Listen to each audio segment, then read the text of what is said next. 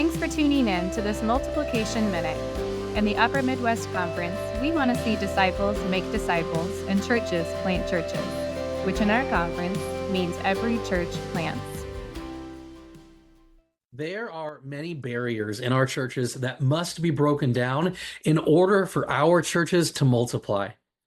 One of the barriers to church multiplication is pastoral dependency. This is the idea that only pastors can do the majority of ministry. But friends, that is not the biblical model. In 1 Peter 2:9, all who are called believers in Jesus are a royal priesthood. That priesthood or that pastorhood of all believers means that you are called to share the gospel and do the work of Christ, who is the head of the church. And in Ephesians 4, it says that shepherds exist to equip the saints, that the role of your pastor is to equip you to do the work that God has called you and equipped you to do. They do not do that all themselves. And so the gifts of the church, the apostles, the prophets, the evangelists, the shepherds, the teachers, they aren't meant to live in just one person. That is not just your pastor. That is the expression of Christ at work in the congregation.